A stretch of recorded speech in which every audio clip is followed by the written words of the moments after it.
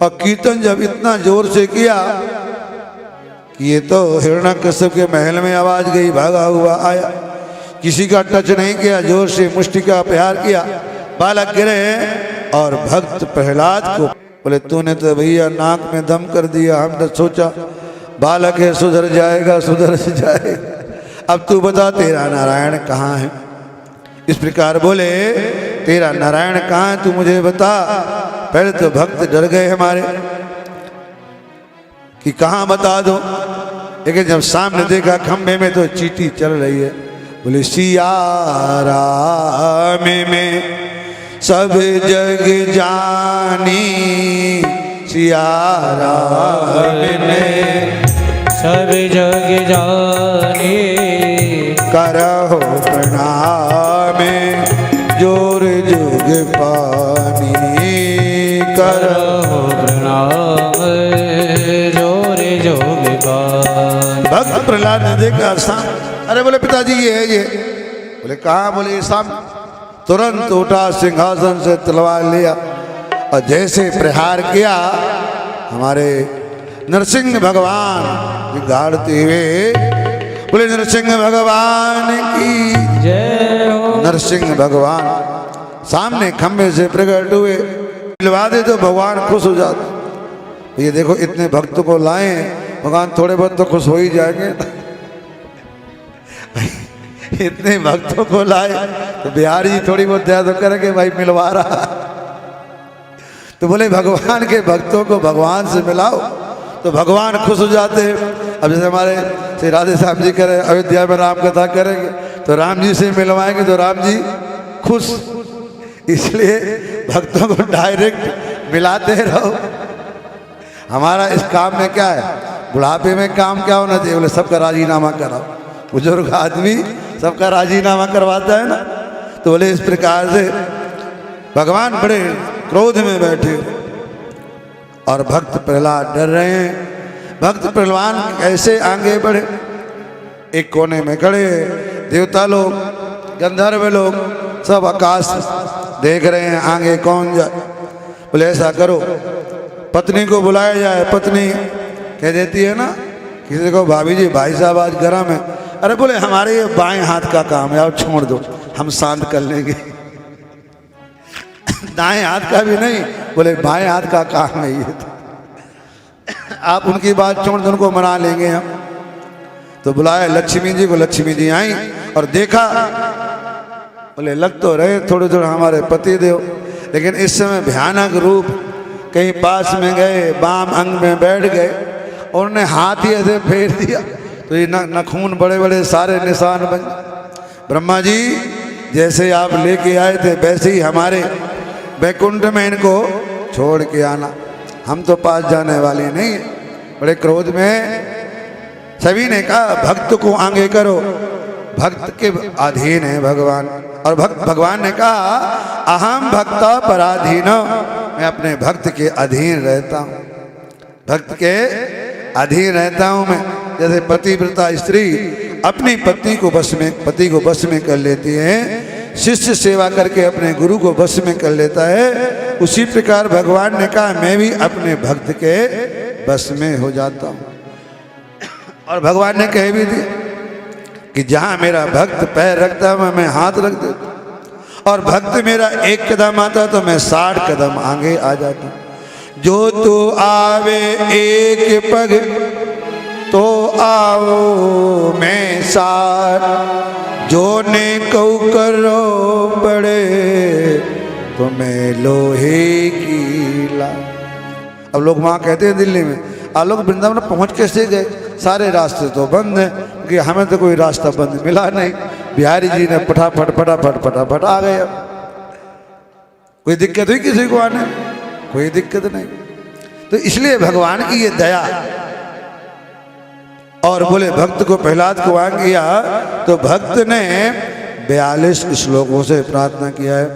ब्रह्मा दया सुरगणा मुनयोत सिद्धा सतैक कामतयो बचसां प्रभावी नाराधितुं पुरगणै रधुना विप्रो किम तुष्टुमरति समे हरिरुद्र जाग। और प्रार्थना किया कि आप जो है ब्रह्मा आदि देवता मुनि गण सिद्धि जन भी आपकी स्तुति करते हैं और वो भी पार नहीं पाते, और मैं आपकी कैसे प्रार्थना कर सकता हूँ। आपने अनेकों का उद्धार किया, आप हमारे पिताजी में क्रोध मत करना, आप हमारे पिताजी को क्षमा कर देना। भगवान ने तुरंत भक्त को लिया, गोद में बैठाया और अपने भक्त से क्षमा याचना किया। मुझे आने में देरी हुई, तुझे बहुत कष्ट सहन करना पड़ा, मुझे माफ करना। इस प्रकार भगवान ने प्रहलाद को राज सिंहासन दिया और अपने लोग को चले गए। उसके बाद सुखदेव जी महाराज ने वर्ण धर्म की कथा श्रवण कराया है। स्त्री का धर्म क्या है, पुरुष का धर्म क्या है, चारों वर्णों का धर्म क्या है, ब्रह्मचारी वानप्रस्थ आदि के बारे में सभी लोग जानते हैं, लेकिन सभी लोग अपने अपने धर्म पर विश्वास नहीं कर पा रहे। देखो, जिस दिन शादी होके आती है, कोई कहती है मेरे नाम से कोठी कर दो, लेकिन अब मुँह कहने लग गए, क्यों कि अब सेवा भाव नहीं रहा, अब अपने आप में विश्वास नहीं रहा। ये कहते हैं मेरा भी नाम डालो कि मैं सेवा तो करूँगा नहीं, कहीं घर से ना निकाल दिया जाए। और पहले सेवा भाव था तो घर की मालकिन कौन है, वही तो है। इसलिए बोले स्त्री को अपने धर्म का पालन करना चाहिए, उसे सर्विस करने की जरूरत नहीं है।